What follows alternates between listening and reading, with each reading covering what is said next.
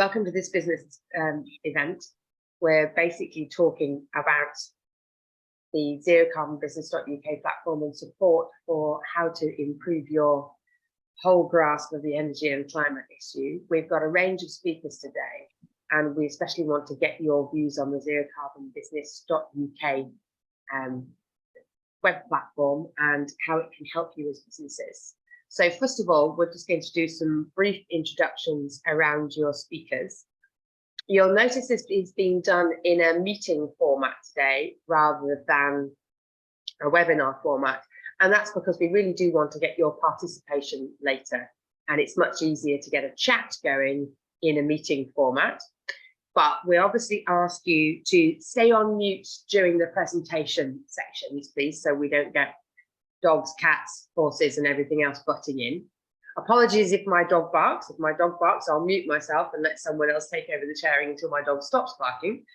So we ask you to stay on mute during the presentations, and there will be 2 opportunities for you to start to have the conversation. If you want to put conversation in chat, that's absolutely brilliant. If you want to put questions that you want me to come to you about in the chat as well later on, please put that in, try and flag that up really clearly. That's a question and who it might be for, and then we'll try and pick that up specifically later.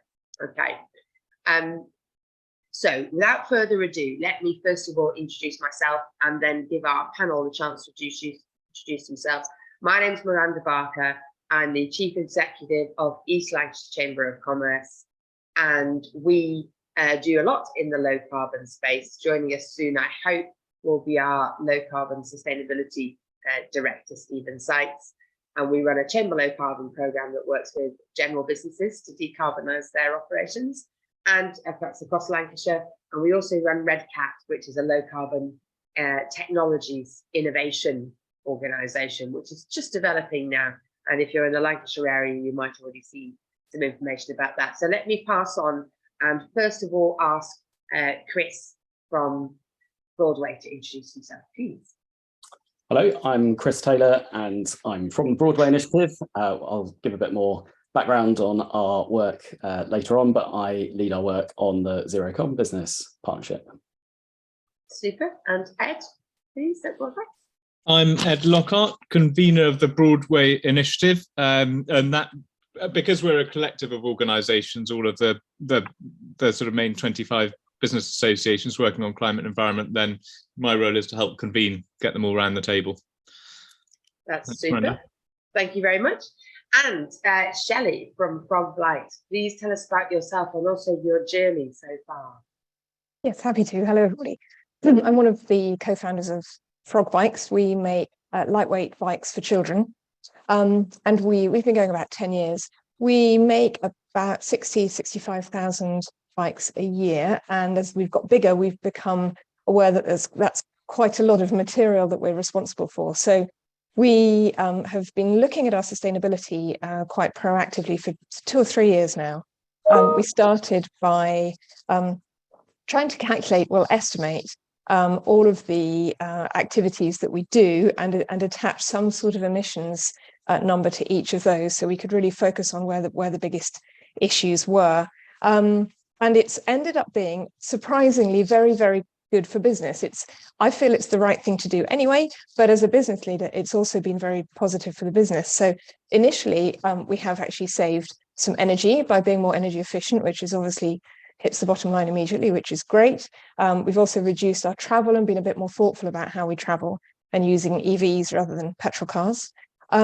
We've definitely noticed it's motivated our staff, and it's been a really useful recruitment tool, particularly for the younger generation. The 20s to early 30s are more keen to work for companies that have a sense of purpose.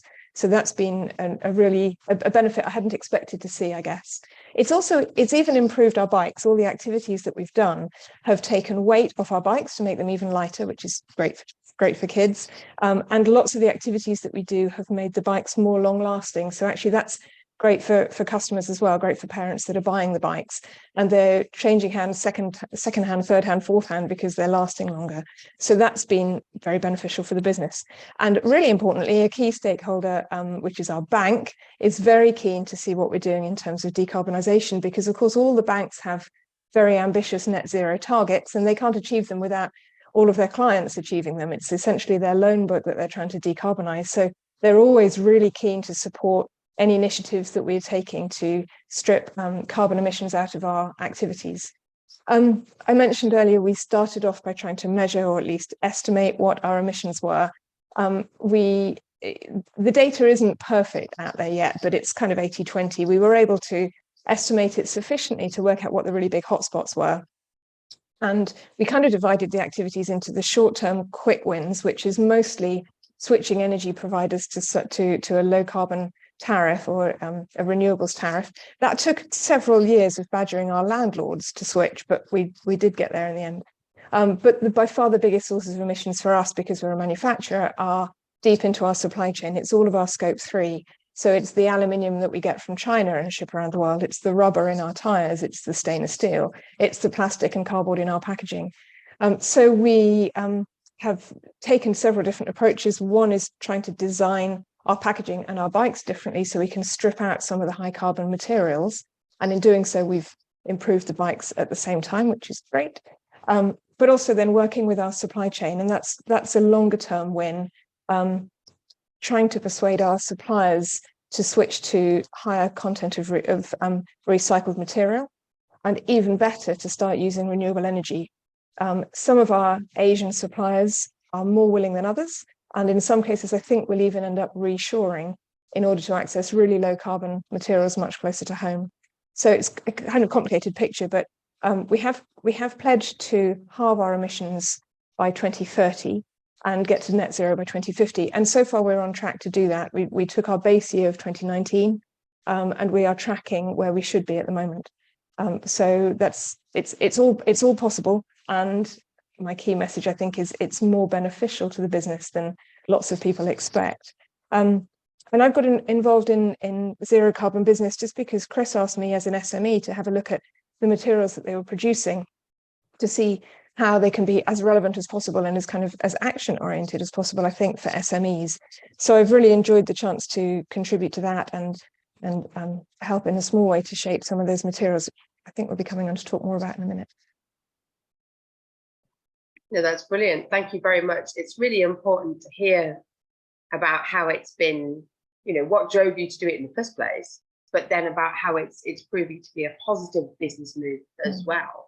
Can I just ask, is it being helpful to you in reducing your energy bills right now? Yes, to some extent. I mean, they'd be even higher if we hadn't taken some of those initiatives to reduce to improve our efficiency. So even things like how we heat all the workstations in our factory, it's a big old space.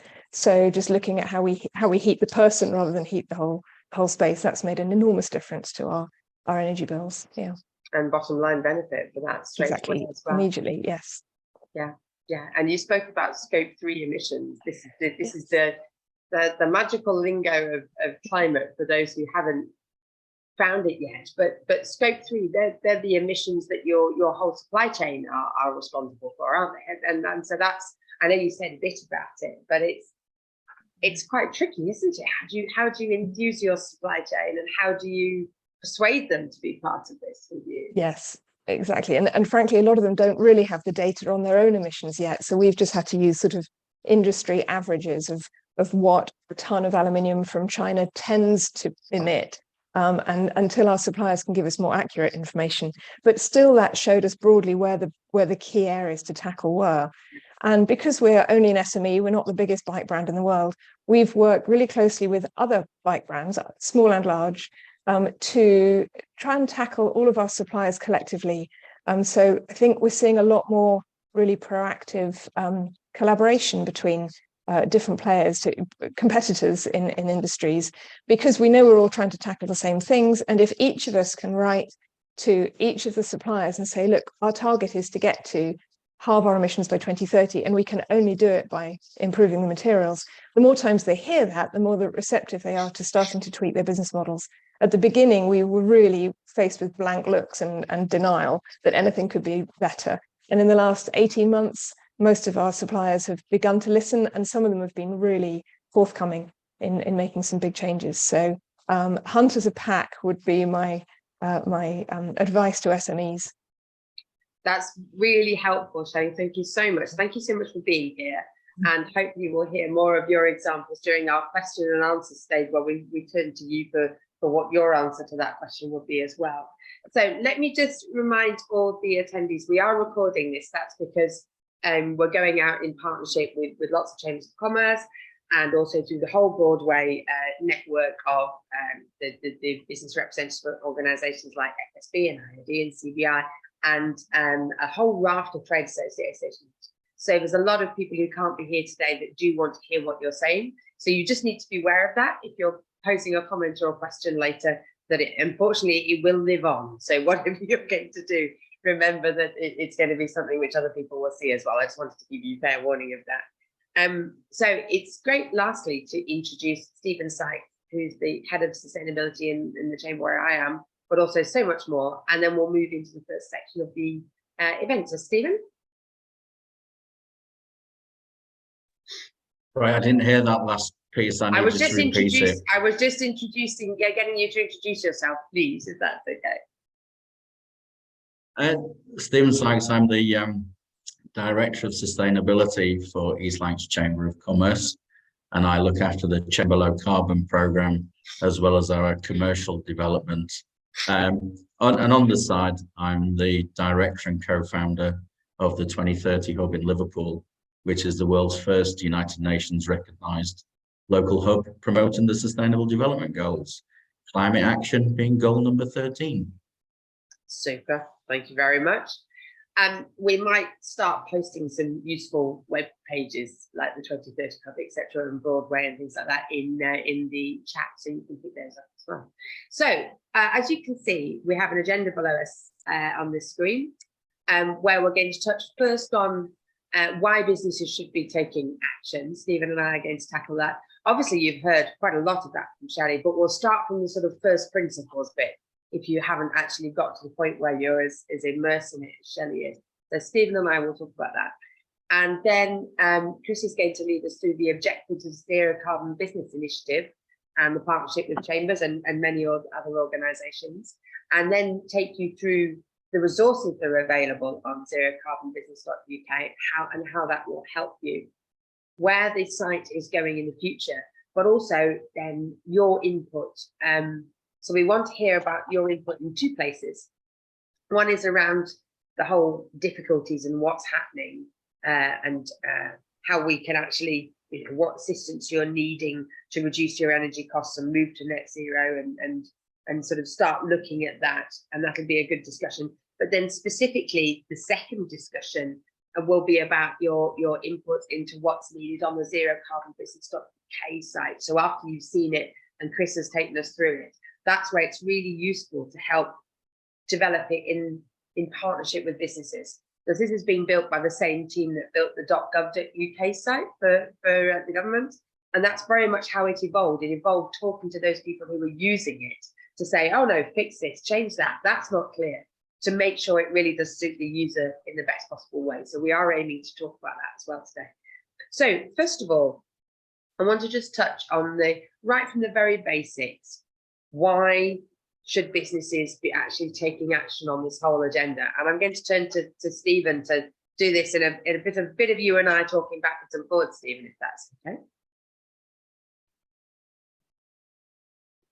Well, I was going to say, one of the main reasons why a lot of businesses are getting in touch with the Chamber Low Carbon program at the moment, one, energy prices has impacted on them, and of course the message that we've been saying is that now is the time to look at net zero, to actually just focus on reducing your energy consumption rather than the negative feedback of, oh, I can't afford to do net zero now, it's too expensive. No, it's completely the opposite.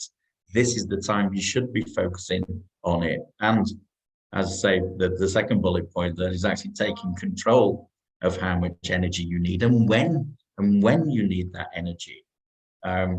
So because you can actually talk to your local energy provider to actually find out, because they might want you to not use certain pieces of kit at certain times of the day. They might want you to, be a bit more flexible, and you can actually earn some discount or cash that way. Equally, I must admit that at the moment, swapping around for suppliers is more of a challenge at this point to try and reduce your prices, but that might be something more for the future. But like I say, that's why a lot are coming to us.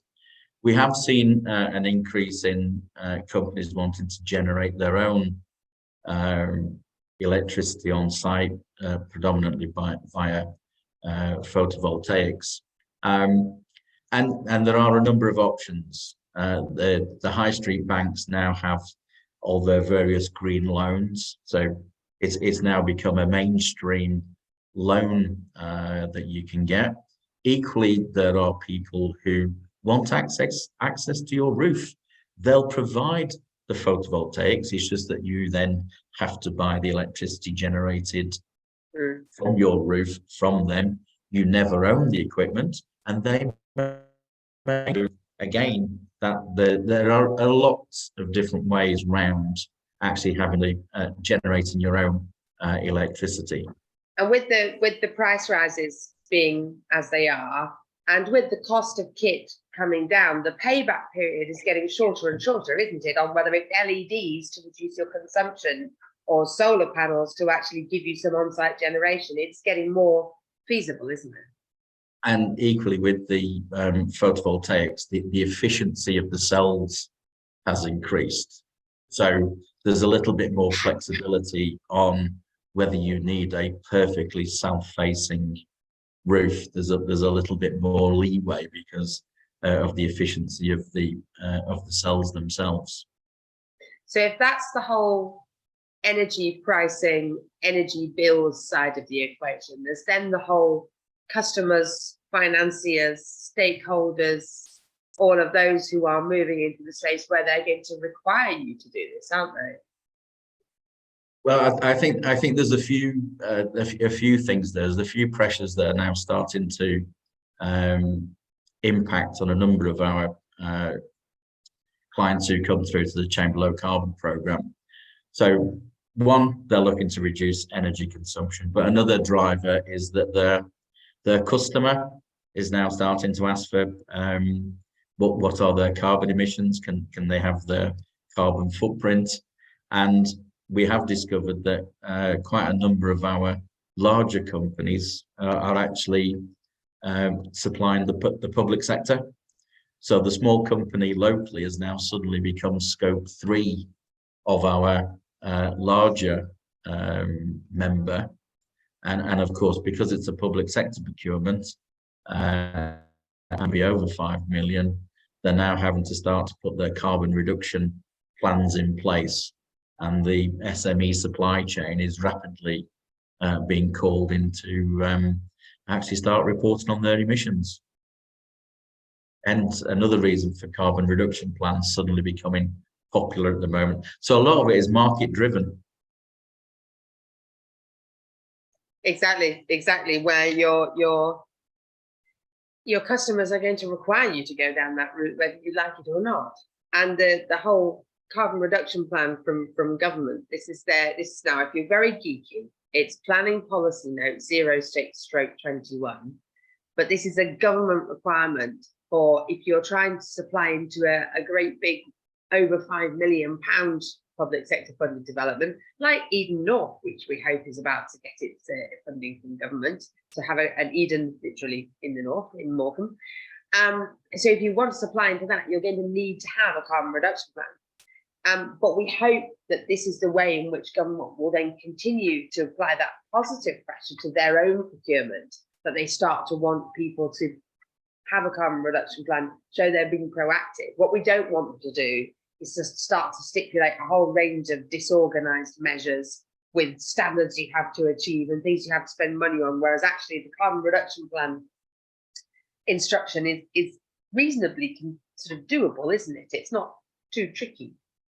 No, and they have taken into account that of the 15 categories of scope 3 emissions, they are really only looking at water, waste, sorry, not water, waste, business travel, staff commute, transport and logistics, upstream and downstream.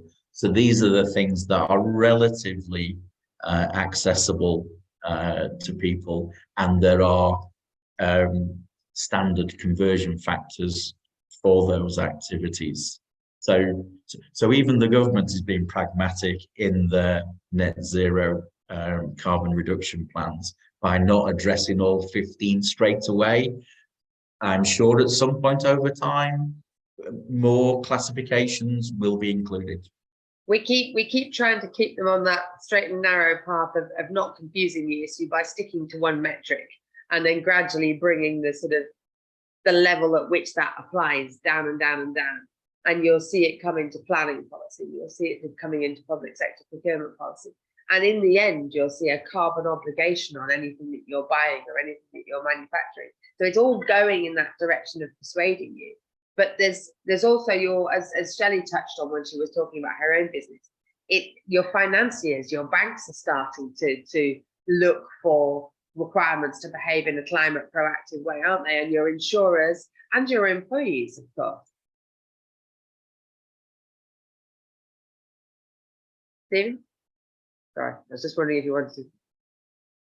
Sorry, my internet is slightly unstable, it's saying to me. Yes, sorry. Yeah.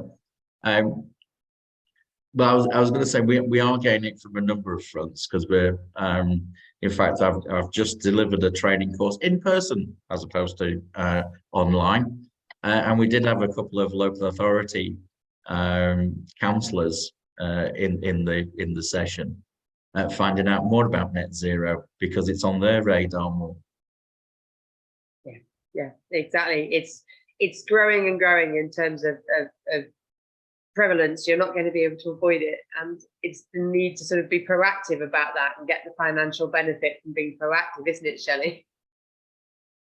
Yeah, Shelley's nodding, that's great. So let me leave that section there, and hopefully that gives you all of those various pressures, but also encouraging moves as to why this is a good thing to do.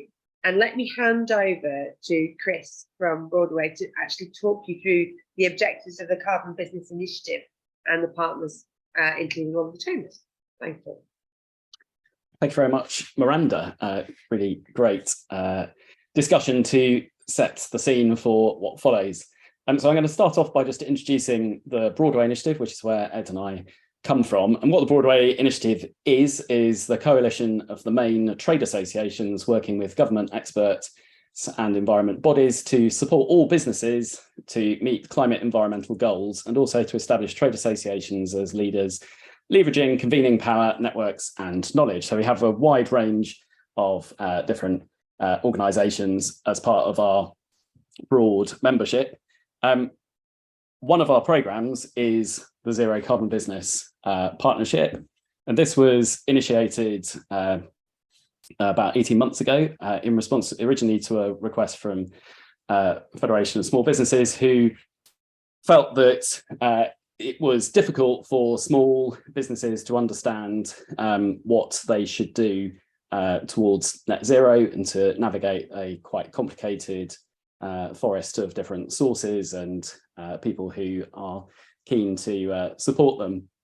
And what we initially did was a discovery project to find out to what extent this actually was a challenge for small businesses. Concluded that it is indeed difficult for them to for you to find your way through all the different recommendations. And since then, in fact, this has been a view that's been reinforced by the Energy Savings Trust and then Climate Change Committee, all agreeing that there needs to be a more straightforward pathway for small businesses to figure out what to do. And so the programme itself is it sort of draws on a focused group from within our wider membership. So we have the 5 cross-economy trade associations, so FSB, British Chambers of Commerce, CBI, IAD, Make UK, and then also the Institute of Environmental Management and Assessment.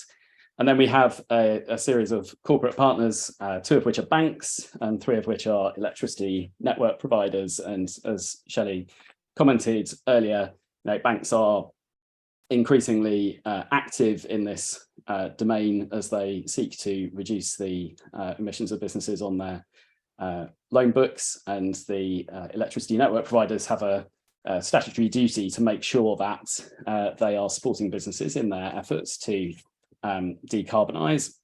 So we'll get together with firstly to provide a platform of advice, which really we're seeing as a sort of gateway to the many different sources that are out there, but a good place to start. And so that's our zerocarbonbusiness.uk site. But we also have a wider goals to collaborate, to understand the needs, barriers, opportunities for SMEs, to prioritise shared investment and coordination and development of content and tools, and also to develop a shared strategy for engaging with the large and diverse community of small businesses. So if you're a chamber or another type of organisation that's supporting small businesses, the thing that we really want you to understand is that what we're providing here is early stage, easy to access advice. It's available through many different routes, including through Chambers of Commerce. It will help keep you and businesses that you support abreast of government requirements, and provides a way to publicise sources of support. So I hope that's given you a bit of a sense of where we're coming from. What I then wanted to do was get into a bit more detail on what is actually available. So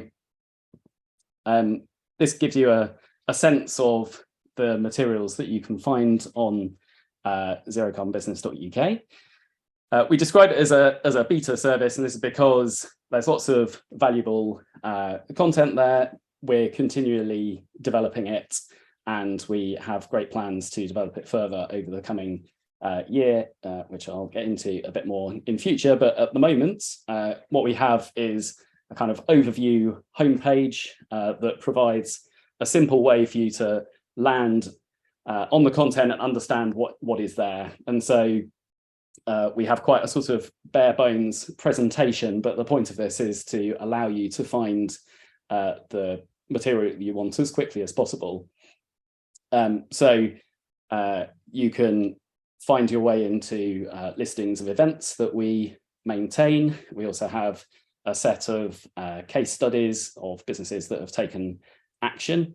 We also have a support directory, which we aim to update continuously, but what this lists is all the particularly European Regional Development Fund funded programs that we can identify regionally, as well as regional and countrywide support programs. So that's a great place to go and look for the more one-to-one support. Then what we have is content that is either kind of topic based. So I'll tell you a bit about our piece on reducing the impact of rising energy costs shortly. We also have content that is more organised around particular sectors. So we have a simple tool at the moment that allows you to specify which sector you're in and which region you're in, and it will pull together a basket of content that is helpful specifically for you. So to go into a bit more detail on the our particular piece of content on energy efficiency and cost reduction, which is obviously the focus of today. So really this guide, which you can find at that link at the top of the page, it helps you find actions you can take to quickly reduce costs, ideas for longer term investments, and what support is available. And I think it pulls together quite a few of the themes that colleagues have already touched on. starts off with a little introduction on why prices are rising, but then gets into the meat of what to do about it. So as we mentioned, a first step towards energy savings is monitoring your consumption and how much it costs according to your contract. And obviously this is important for SMEs that don't regularly monitor usage or haven't looked at the details of your energy deal in some time. If you don't already have one, ask your supplier about installing a smart meter. These devices provide real-time information on energy consumption, and having one means you can access a wider range of energy deals, including smart tariffs. You could also explore sub-metering, high usage activities or equipment, which can help identify which parts of your business are the most costly and where you can save. Depending on the size of your business, it can be helpful to assign your energy management program to a particular job role or working group, and you may also want to review your energy provider, although as Stephen said earlier, options around that at the moment are perhaps more limited. Having got that sort of baseline understanding of where you're at, we then lay out some possible opportunities to save using low or no cost measures, and you can achieve substantial savings by spending time and attention on behavioural changes and smaller scale investments. So a first step is setting your heat lower and avoiding overcooling. And I was interested to hear about Shelley's person-specific heating approach that you'd also been looking at. You could get a smart thermostat or smart thermostats to control your heating and cooling systems. Obviously have a digital display or app on your phone. It gives you more flexibility to control and schedule temperatures. And it's also worth bearing in mind if thermostats are affected by sunlight, which may seem unlikely at the moment, or drafts or heating and cooling sources, they won't work properly. So moving thermostats may also help. It's also important to do regular operations and maintenance checks, as keeping your building equipment and systems in good working order keeps running costs down and reduces the risk of equipment failure and unscheduled downtime. Older doors and windows can be a major source of heating and cooling loss in a building. So some of this can be prevented by making sure seals and draft proofing are in place and working properly. If you've got compressors and motors, you need to make sure they're running properly. So these are all sort of relatively low or no cost measures to look at, but then we turn to investing in longer term energy savings. And as has been mentioned, some energy saving measures require higher upfront costs, but with current high prices, these are going to pay back quicker than in the past. Starting point being investing in better insulation, which can have a quick payback depending on the state of your current building and what type of measures are needed. Switching to more efficient light bulbs can also offer a good return on investment, and automated lighting systems have higher upfront costs, but can also pay back quickly. For those with mechanical equipment, when you're ready to invest in new equipment, variable speed or frequency drives can have a major impact. Or if refrigeration is important to your business, it makes sense to buy more efficient models or take good care of the ones you have. And regular maintenance alone can save up to 10% on costs in that area. It may also be that you should consider replacing office equipment with more efficient models. So these are all, and there are more that you could identify, and what we particularly recommend is reaching out to sector trade associations, who will often have gone into quite a lot of depth on specific activities that are relevant to your particular business sector. So we've just laid out a few, but speak to trade associations for further depth. We then talk about generating your own energy, as Stephen mentioned. So we've got check out our solar panels page to find out what types there are, how much they cost, and how they benefit your business. And it may be the case if you're in a remote area that installing a wind turbine could be something to think about.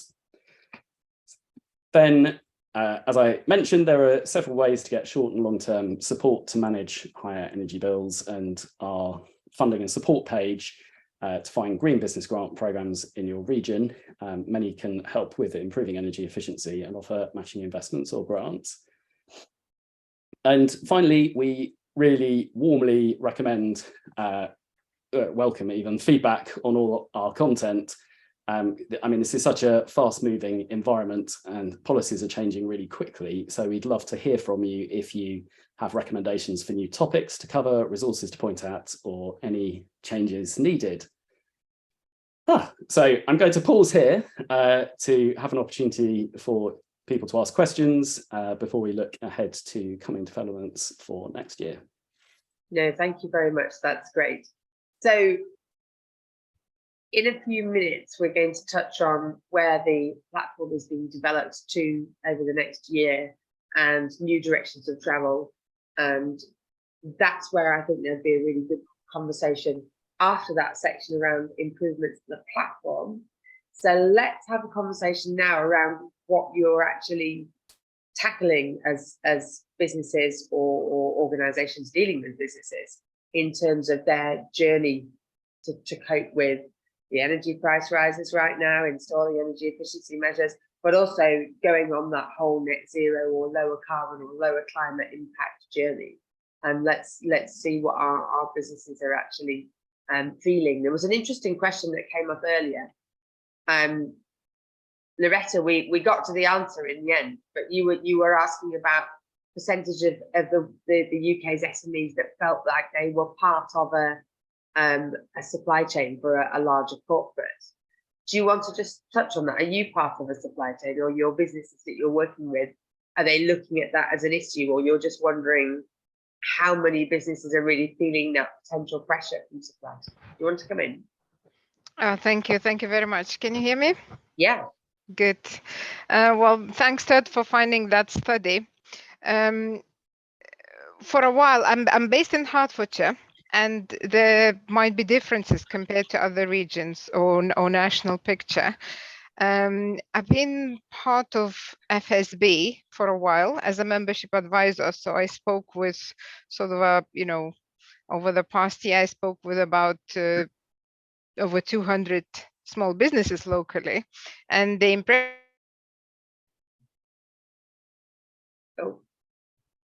and only a small fraction actually in the supply chains of large corporates, large enough to ask them or demand them to contribute to their net zero and or report on carbon footprint as part of corporates scope 3. So that was really a fact-finding question, I would say. No, that's good. So you're not, you're only feeling there's a small percentage coming forward saying that's a pressure they're already getting. Yes, and I was linking that information with the fact that of the 5.5 million SMEs, or for 5.9 million, which we had sort of a year ago officially, or pre-pandemic, I think the figure is, if I'm not mistaken, but definitely not more than, not less than 90% have 0 employees. Mm. So we're really talking about 90% plus of SMEs being micro businesses, not having employees, not having premises, having energy bills usually hidden in the sort of some sort of office rental agreement, right? Or doing the business through sort of outsourcing almost all the functions. So I think I'm just trying to understand, just like you do, where is it all going? Mm. The pressure, the push from the corporate supply chains is of course a natural thing, and we should be leveraging it as much as possible. But what is the reach? If we only focus on that, how many SMEs are we actually going to reach, right? Yeah, I'm going to come over to Stephen to actually talk to that slightly. I was just going to say, in East Lancashire, we have a high percentage of manufacturing businesses. So they are the ones that are being impacted straight away. and some of them are getting to the point of their customers are asking them, what's the carbon footprint of the chair that they are manufacturing and supplying? So for some companies, for some SMEs, the level of question that they're getting related to carbon emissions is getting quite sophisticated. But like I say, in East Lancashire especially, we do have a very high percentage of manufacturing companies, but even a number of our service sector companies are starting to feel the squeeze on this as well. We have a company that provides dietary information for schools, school dinners. They've also had to start submitting the carbon figures because they're part of a framework agreement. So even though the contract might not be 5 million per se for them, because they're on a framework agreement, everybody on that framework agreement is having to provide the data. But I have to confess, for us, it's mainly manufacturing with some service sector SMEs. Thank you, Shelley. Which part of that would you like me to address? Whichever part you want. I would totally agree with Stephen's point that it's probably the larger customers, our trade customers. We supply to a lot of councils, for example. They are beginning to show some interest in our emissions. I would say that it depends on the sector you supply, whether or not your consumers, your end users are interested. I hand on heart, not a single family has asked us what the emissions are associated with the children's bike they're thinking of buying, and no other bike in the bike store will know what emissions are from each bike either. So we're maybe ahead of the curve on that, and I think we're happy to try and educate people to say, well, actually, riding a bike is very green, but think about the emissions, and this is what we're doing to reduce them. So I'm not sure that we're feeling pressure from consumers yet, but if you work maybe in the food or in the packaging industry, you certainly will be feeling pressure from consumers. So it's probably a little bit industry specific where some of those market pressures are coming from. Thank you. Chris, are you hearing that from the different trade associations that you're with? Yes, I mean, I think going back to our membership, for example, the construction sector is one with very large number of SMEs and well up the list as a source of emissions, and also food and drink, retail. These are all sectors who are actively working on these issues.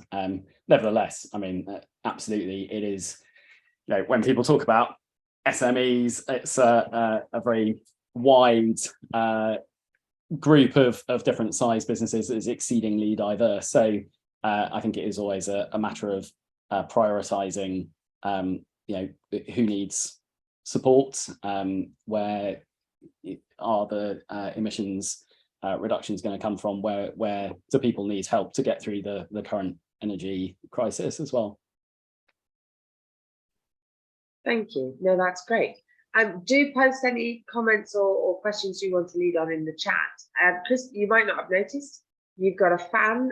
Mariana Garcia from Cambridgeshire Chambers of Commerce is really keen to work with you on developing, well, hopefully, I'm presuming, getting the platform, the assistance into the Cambridgeshire Chamber of Support. Mariana, do you want to say anything about that? Hi, I'm not sure if my camera's on. 1 second. We can hear you anyway, which is good. That's good. Hi, can you see me? Yep. Hi, yeah, so my name is Miranda Garcia. I'm from the Cambridgeshire Chambers of Commerce. I'm fairly new, but my job role is Policy and Partnerships Executive. And I have emailed Miranda and Stephen, and we'll be having a little chat to find out more about their net zero and what they're doing in that space, because that's something that we really want to be doing in the Cambridgeshire area. And just to give you an overview, we also cover Peterborough and Stamford accordingly with Cambridgeshire, and we really want to be doing something within that space to support the local businesses in the area. So yeah, I just wanted to have an initial chat just so we can really push things and move things forward, and perhaps having similar conversations and webinars, just like the one we're having today with our local businesses as well. Thank you. That would be fantastic. No, it'd be good, wouldn't it? Really good. And just to give Chambers some sort of idea around the credibility of what we're talking about, Chris, you've got a newly firmed up relationship with Bays in terms of where the platform's going to be used as the absolute first port of call for free assistance to all businesses, haven't you? Do you want to just touch on that for us? Yeah. Well, very much as you just said, over the coming year, we're going to be working much more closely with Bays and also SME Climate Hub to provide a single landing point for these matters. I don't know if Ed would also like to chip in at this point. Come off mute. No, absolutely. I mean, this is something we've been working with Bays for a while. The Climate Change Committee, amongst others, had called for a single one-stop shop for small businesses on net zero, and we've agreed with Bays and with the SME Climate Hub to create that join everything up and to have a single website. So we'll effectively manage the UK pages, endorsed by government, and that'll link through. So the SME Climate Hub is an international platform, and so will be the UK pages of that international platform.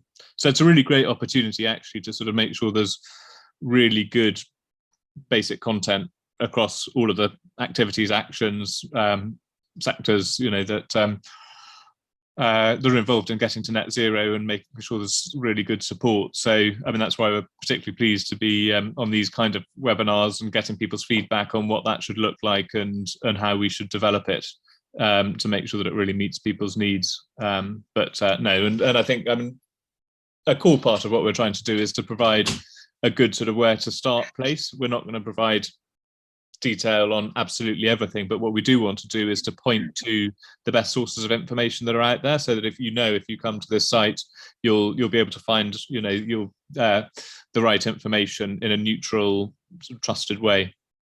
So that's really the ambition over the next year, as Chris says. No, it's a good progression for us, because we've been keen to sort of join up with Bays and SME Climate Hub as far as possible, and really keen to be working actually with the Chambers of Commerce and others on that to provide that sort of central point and linking off to everyone else's the best information that's out there.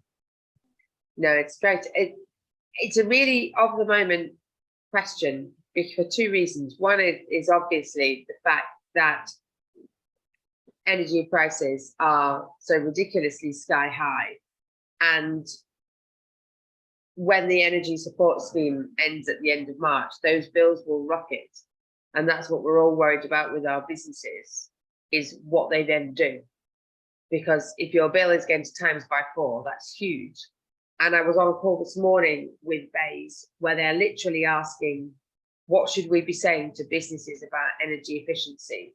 How do we help convince them to make progress on this? And then how do we help them make progress on this? I'm just wondering if there are chambers in the room who are working with businesses or businesses themselves, if anyone would like to give us their insight on how on earth you're tackling this, or what you're hearing from your business, or what you're doing yourself in your business. If you'd like to raise your electronic hand or put your camera on and wave, we'd be delighted to hear from you. Otherwise, we'll end up going on to the next bit of the agenda. But I just want to see if there's anybody who's wanting to share where they're at the moment, or what you need or want government to provide to help you go down that journey of improving your energy efficiency and reducing your bill. Everyone's being very shy today. Right, let's go on to the next stage of the agenda, but you can still put your hand up and raise any question you want. We'll come back to it. Stephen, sorry. I was just going to say, one of the things that's starting to come through now, again, that people are looking at their bills. We're going to have to run a few webinars or seminars on how to understand and read your business electricity bill, because there's not only the commodity charge on there, and actually your commodity, the actual price of electricity is actually only a small amount of your commercial electricity bill. So a lot of people are now starting to look at, what do all these acronyms mean that I'm suddenly being hit for? Is this something that I can reduce, or is that a fixed element of my bill? So a number of businesses are now starting to try to want to get a better understanding of what their bill is actually telling them. No, exactly. And if a business doesn't understand which bit is their usage rocketing up in that particular month, and then wondering why, and they just see it all as a sort of fudge that they don't understand the depth of it. Shelley, is that something you had to tackle when you were starting this journey? Yes, it certainly was. It was a learning curve for some of the finance team trying to understand that. But linked with it, one of our biggest challenges, which I slightly alluded to earlier, was we're not directly in charge of our own energy choices. We have a landlord in South Wales with our factory and a landlord for our offices in Berkshire. And in both cases, they buy all the energy for the whole site, and we're just one tenant. So it can be quite frustrating that we have sub meters, we have to pay what we use, but they manage the buildings. And I think this is a peculiarity for a lot of SMEs. Maybe we need some help on how to manage that relationship with our landlords, how to persuade them to make some of the fabric improvements that will lower our bills, because it's not directly in their interest. They can just keep passing the energy costs on to us, and we're not really able to make some of those fabric improvements that we talked about earlier. So I think we could do with some help on that. Yeah, no, I agree with you. If we can provide any assistance, there's suggestions, we will. One of the really worrying things we saw for our local businesses was, although they obviously saw their energy price per unit cost rocketing up with their electricity and gas bills before cap came in place, they also saw their standing charge rocketing up, and you can do nothing about your standing charge, and government didn't sort of do anything to hold that down. So we're really worried that there's those costs are rising for businesses, not even in a way they can actually address by reducing their energy use. It's very frustrating. So no more questions at this stage, but please do put them in the chat or raise your little yellow hands on Zoom. So let's move on, Chris, to the next stage of the agenda and hear where we're taking the Zero Carbon Business.uk site in 2023 and beyond. Thank you. Great, thank you very much.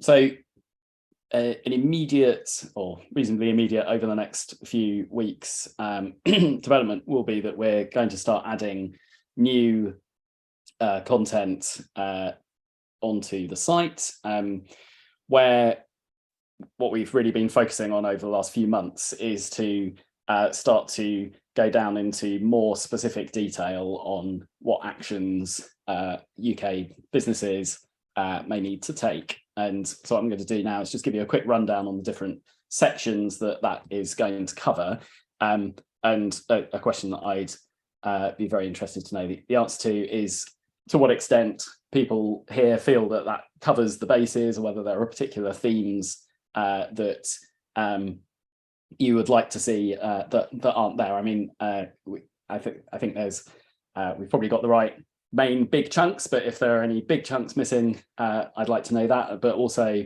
specific topics like Stephen's suggestion on how to read your electricity bill or your energy bill, I think would be a great addition. So all the time what we're doing is listening for questions that the people are asking so that we can then address those specifically.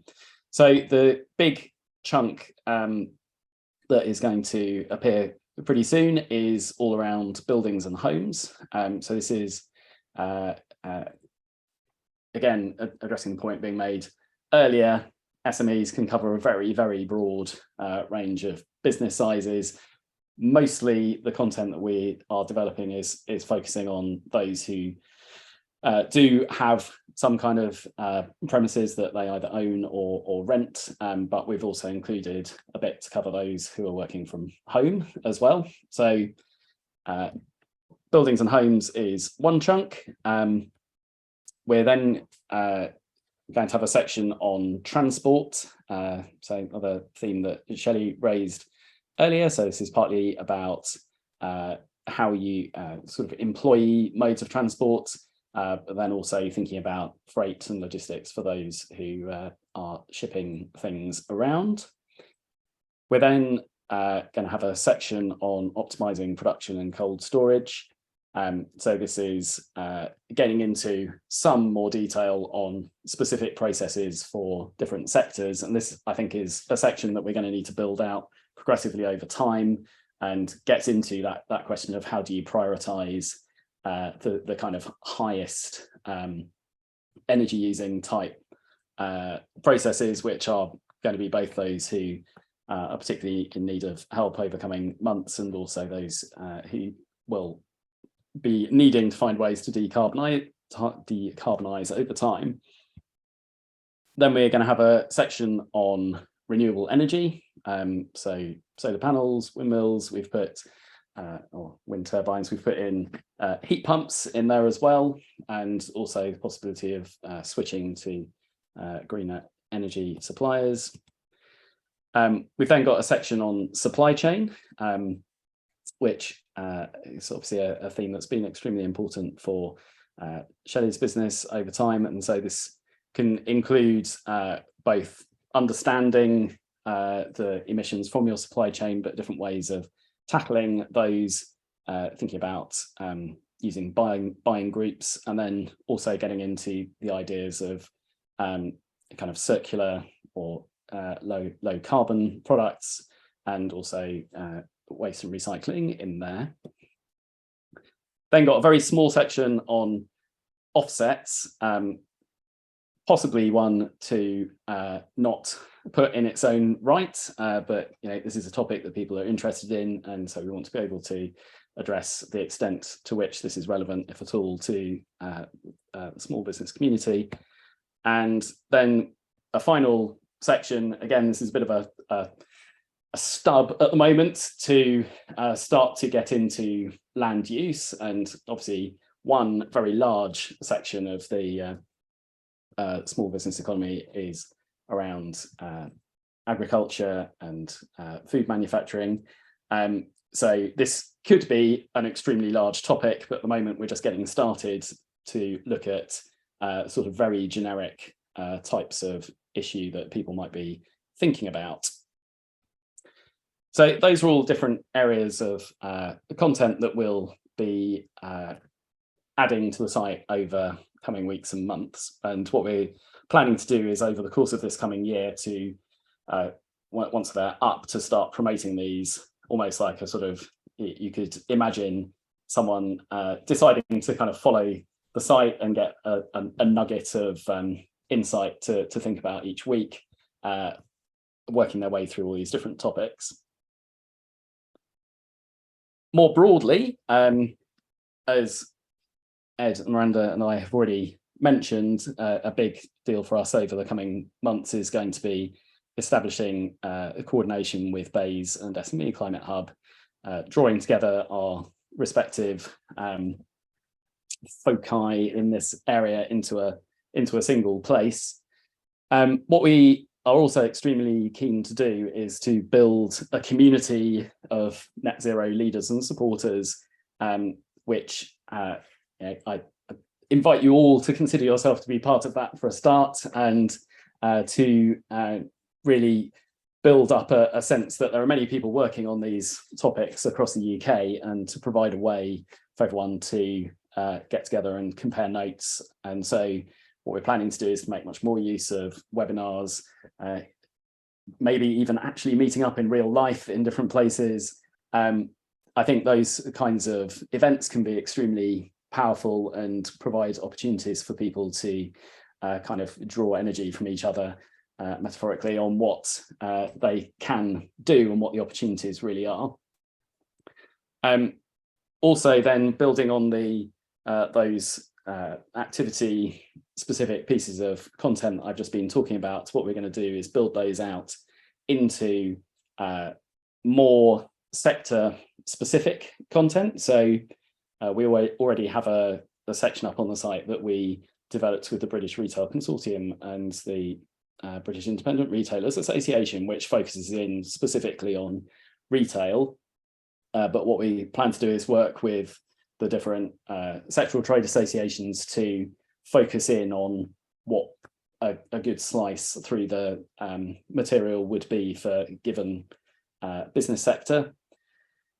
We want to build tools that help people navigate their way through all those different pieces so that you can home in quickly, provide you a quick way of not reading all the stuff about buildings that you can't do anything about if you're a tenant, and get you through to the what to do if you're a tenant piece, for example. So those kinds of filtering tools, I think, will be something that will help people move even more swiftly through the content.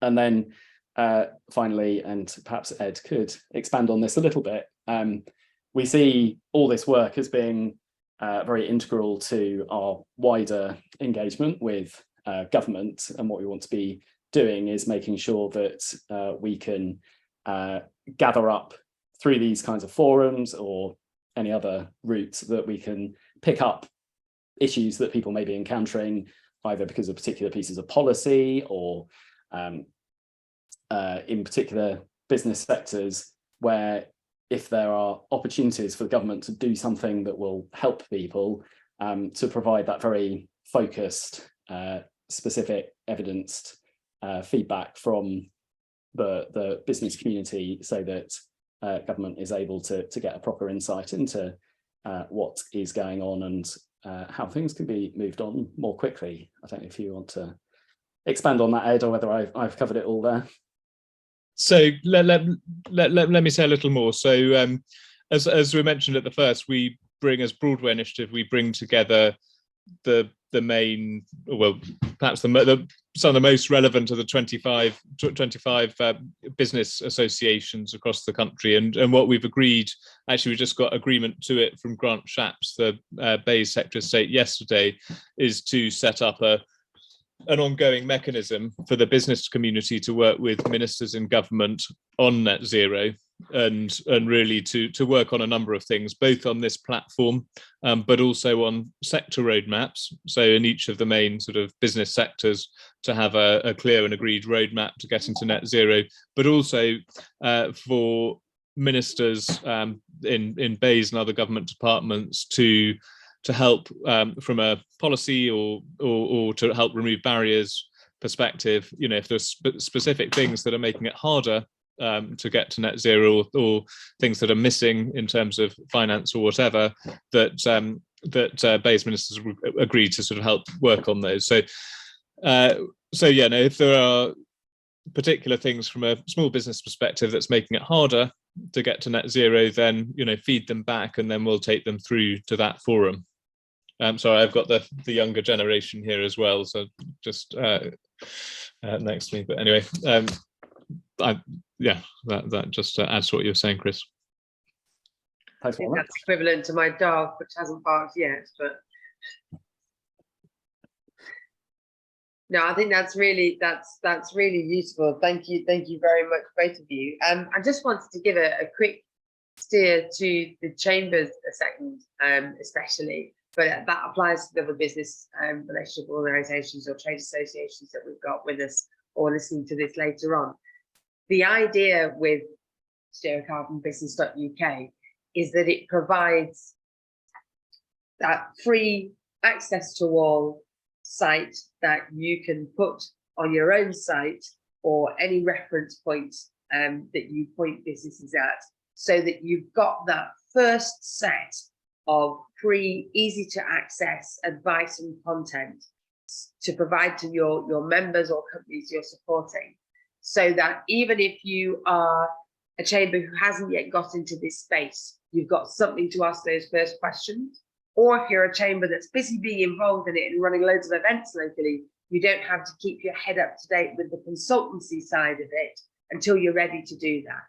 And that's the same reason why it's also on the British Chambers of Commerce site, is so that the British Chambers of Commerce doesn't have to turn itself into an environmental consultant and keep on top of all of those different places. So it's there and free and easy to access to do exactly that for you and any of your members that you want to point at it. So do we have any asks from you as businesses or chambers about what you would like to see on this site that you haven't seen yet, or even if it's just, I haven't found where it is there a bit about this? Is there anything that's coming to mind that you'd like to say? Is there anything there about, I don't know, LEDs, or how to decide I'm going to install those, or ground source heat pumps, how much is that going to cost me? Or any, Anna. Hi there. Hi, One of my questions, it links into skills, because a lot of businesses may not have the tools or the training to develop their own staff in terms of how they adapt, or what's needed in terms of green tech skills and things like that, regardless of which sector they're in.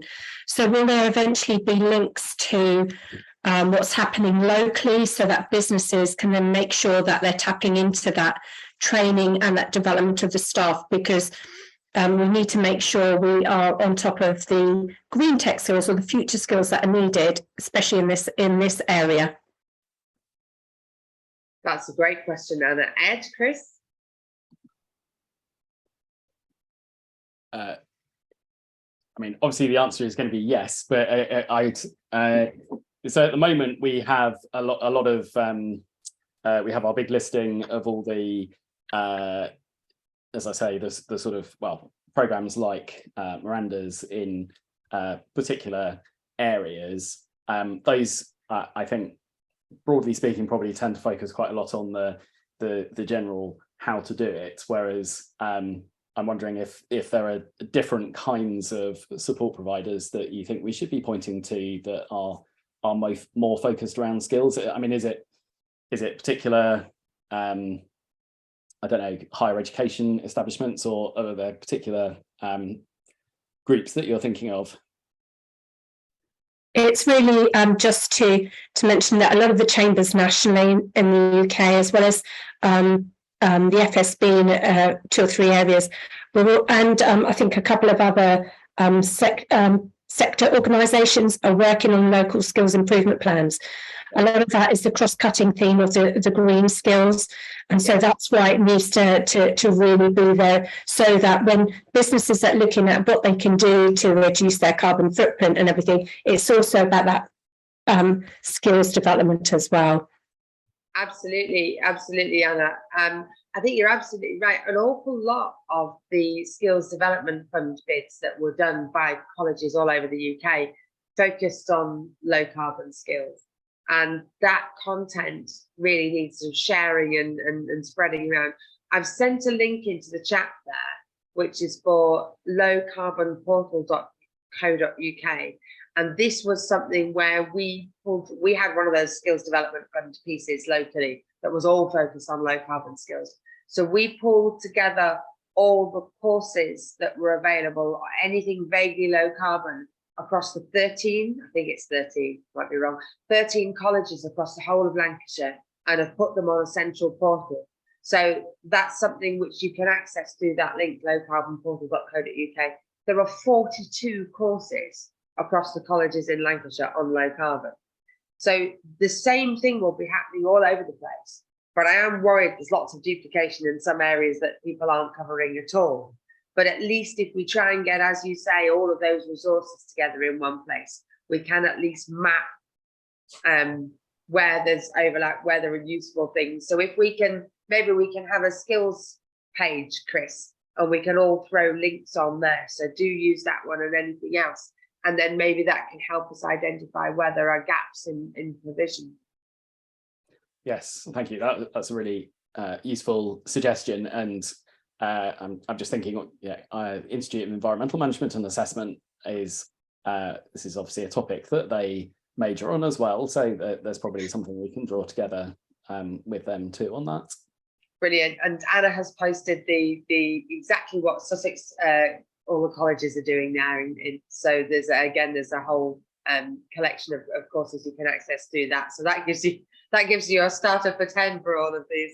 And that's great. So carry on putting links in the chat, anybody who things where we should be funneling people towards them through this platform, because that's exactly what we should be doing. But it sounds like skills is a key to who you're seeing, isn't it? Well, I was going to say, one of the things we're starting to work with our local colleges, looking at on the softer side. Like I said, there's lots of tech, green tech skills, but there's then the soft skills of actual how to do the carbon footprint, how to get your people motivated on board.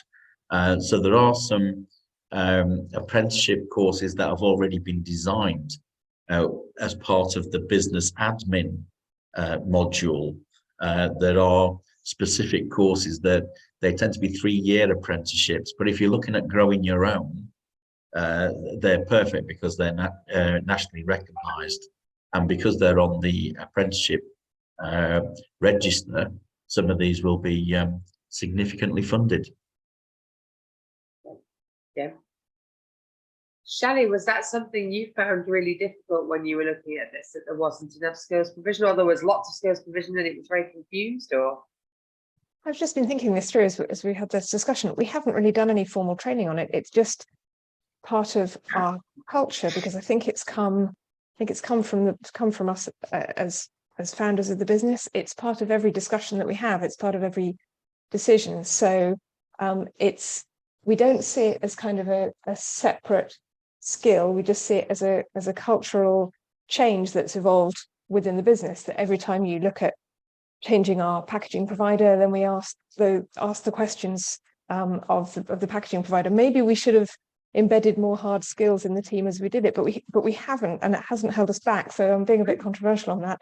I enjoy a good Coursera course on this regularly. There's all sorts of free LinkedIn courses, all sorts at every level of prior knowledge, just around carbon literacy. But as an organisation, just because we talk about it all the time, I think people are picking up quite a lot, and they're curious, so they're reading more, and they bring ideas from home into the office, and we talk about domestic improvements to your footprint and that sort of thing. So it's not been at all formal, the approach that we've taken.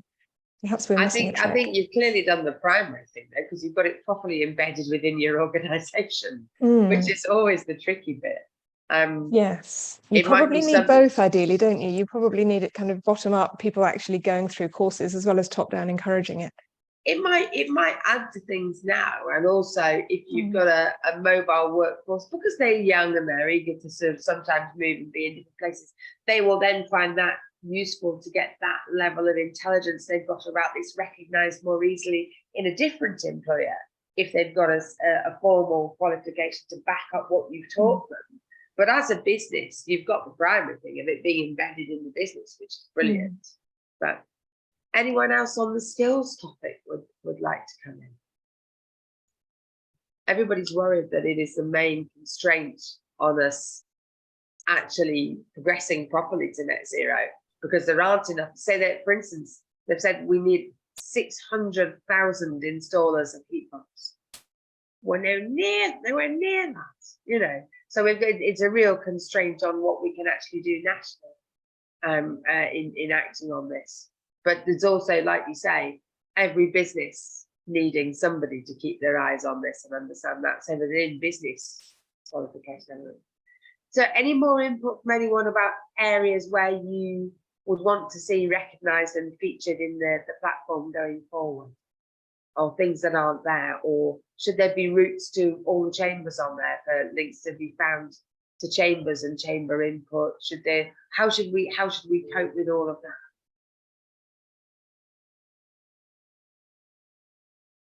You've been very quiet. I'm going to tell you all off next time. I'm just going to go around our various speakers and get last words from them.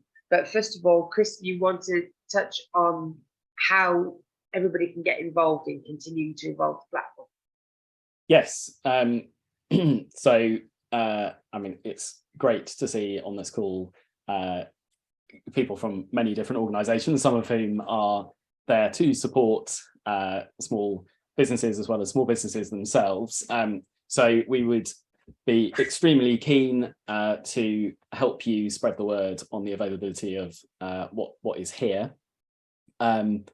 And as I was saying before, the more that our resources get used and the more feedback that we get, the better they will get. So what we really want to be pumping up over this coming year is that feedback loop. As part of that, we will be pushing news out both through Twitter, assuming it continues to exist, and LinkedIn. It would be fantastic if you could, if you're a supporter of small businesses, if you can provide links on our through to our resources from your website, and if you wanted to drop me a line on suggestions for how to do that, that would be totally fine. As again, as we start to publish new content, we're going to do that with kind of blog post material as well, so provide interesting things that you can share as well. Also would really appreciate the expert input from everyone here or people that you know. As we are developing new content, we're always looking for kind of expert reviewers to have a quick read through of what we've written to make sure that it's in line with what they think there should be and it is up to date. So if any of these ways of getting involved appeal, then please do just drop me a line at my email address, which is there. It would be great to hear from you.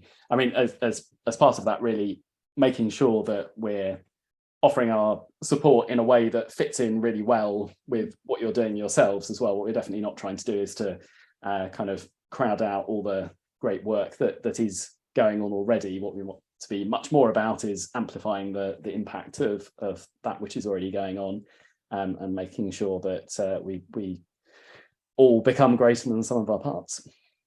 Yeah, thank you very much. Ed, do you want to just touch on what's happening next that you're involved in, and what you see as the next place for the portal to go as well? I'll have a go at that. So no, as we've said, we've just had the agreement, well, both to this net zero mechanism with government, for all the business associations to work with government, but also specifically on this platform. So really the next steps are to design the single site. So at the moment we've got zero carbon business as is. What we've got to do over the next sort of 5-6 weeks is design a new site that sort of links in, well, that is government branded and links into the International SME Climate Hub. So there's a bit of work there, putting on all the new content that Chris has showed today, so that we've got almost an encyclopedia of the different things that you need to do to get to net zero. We'll then be building out more sort of sectoral, more sort of tailored content. So we've got all those sort of, if you like, building blocks of the content that you need to do. So we'll increasingly be able to provide much more tailored content. So if you're a business doing this in this part of the country, then here's exactly what you need to know. So we'll be able to do that. What we're also looking at alongside this is how do we amplify the advice that's here and the actions that you can take. So we're beginning to look at a campaign, and how do we sort of create more momentum around this, more people taking the actions and being on this journey. So that's something, again, in the new year we've got at least one workshop looking at is how to structure a campaign, bringing in some of the expertise that was used. I don't know if anyone remembers the Act on CO2 campaign from, was it 2008 or something, which was quite a sort of major national campaign. So we've got the people who are involved in that to help look at what would a campaign for the 2020s look like, to really create momentum around net zero, and how can we work across all of the business associations, across British Chambers of Commerce, FSB, CBI, working with government. So those are, just wanted to give you a flavour of some of the things that are sort of coming up over the next weeks and months. Thanks, Miranda. That's brilliant. Thank you very much. So to come to Stephen and then to Shelley last. Stephen, what are you saying to businesses now that we're working with about the really urgent things they need to act on in this space? Well, that's tricky because each business has its own driver as to why it's approaching us. Some it is to reduce their costs, reduce their energy bills. So the first thing I'd say is actually look at how much are you spending per month? Can you actually identify where and when are your peak periods of high use? And then that's where you need to take action. Others are coming because of supply chain pressures and are looking to try and get their carbon footprint done for the first time. So I was going to say that. Stephen, you've frozen. We'll just give him a second and see if he unsticks. Otherwise, we'll carry on and we'll come back to him in a second. Okay, I'm gonna leave Stephen for a moment and I'm gonna mute him so he doesn't come back in the middle of the sentence. Shelley, could you give us your input as a fellow business? What would you be saying to your fellow businesses on this call about what do they really need to do right now to be safe in this space? I think I'm probably going to repeat what Stephen might have been saying there. For so many people, it's about energy at the moment, energy reduction for obvious reasons. It's anything that we take at the moment to reduce, any actions we take to reduce our energy use are so motivating because you immediately see a benefit to the business. And I think for lots of people, it's kind of the best way into the sustainability funnel because it's relatively quick payback, it's very measurable, and it's a source of such anxiety at the moment. It's nice to be able to take some action on it. So I love that so much of Chris's focus has been on really actionable tips and advice on how to be more energy efficient, because that's really crucial. But I would also say it's partly about behavior change for the whole team. So talk about sustainability, make it part of the conversation, make sure it's on everybody's objectives, and show people that they can. I think I mentioned earlier, there's a great sense of frustration as individuals. A lot of us feel, what can I do? It's only me. I can't make enough of a change in the world. But when people come to work, the decisions that they make at work are probably responsible for substantially more emissions than all the things they do at home. However good they are at recycling their cardboard and separating their food waste, whatever that is, the decisions they make when they come to work, especially if they're in purchasing or in anything to do with facilities, then they can make a much bigger impact in the decisions that they make at work. So encourage them to do that, talk about it, ask them what their ideas are, and celebrate any successes that you get, because that begins to kind of fuel that virtuous circle and begins to embed it in the culture.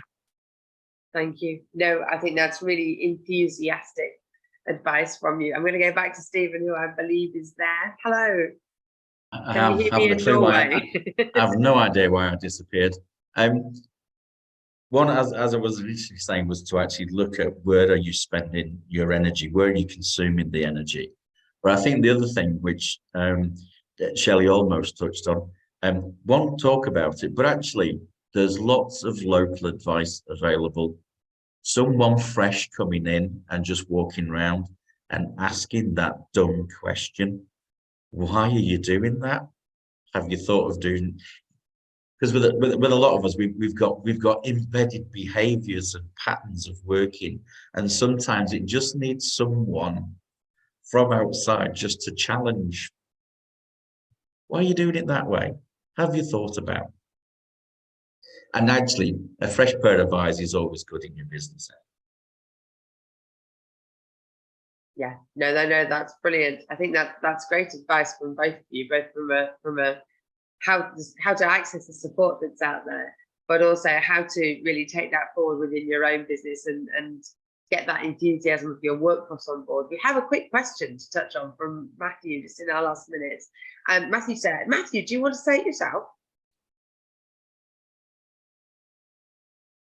Matthew, can you unmute? Are you there? Otherwise, I'll read it for you. Yeah, hi, sorry. So that's okay. Say it yourself, Matthew. With regards to energy and the cost of energy, if you're already driving down your usage, what do you do? What do you do when you get to that baseline point and there is nowhere to go? Yeah, I think I'm going to come to Stephen in a second, but my my first comment would be, this is where you have to start to take control of your, you know, what energy you're using generation wise. If you've got your usage right to the bottom, then it's about what can you do to take control of that generation, so you're not at the whim of the people pumping it into you. What do you say, Steve? I was going to say that it does, if you've got down to as low as you can go, it's then what opportunities do you have to generate energy yourself. And like I say, that at the moment there are lots of different initiatives to encourage businesses to start looking at renewable on-site generation, whether that's through formal standard loans through the high street banks, or that, like I said, there are a number of investment funds that are they're looking for roofs, they're looking for businesses to put photovoltaics on. So at the moment, I would say start looking around about looking for your own generation of electricity. Yeah, try and buffer yourself, even if it's just buffering your usage against your peaks of energy use. That might be the most expensive time of the day, all those sorts of things. Often your DNO, now is it district? I always get DNO wrong, Stephen. What does DNO stand? Distribution network operator. Your distribution network operator. So in other words, if you're in the northwest of England, it's Electricity Northwest. So they have, all of them around the country have lots of schemes for helping people also sort of drive down their usage or look at ways of generating on site as well. So look at and see what you can do to generate on your site if you've got to the bare bones of what you can use. But also, as I mentioned earlier, they're quite keen that if you can actually move your load to a different time of the day, that helps the network out at peak periods.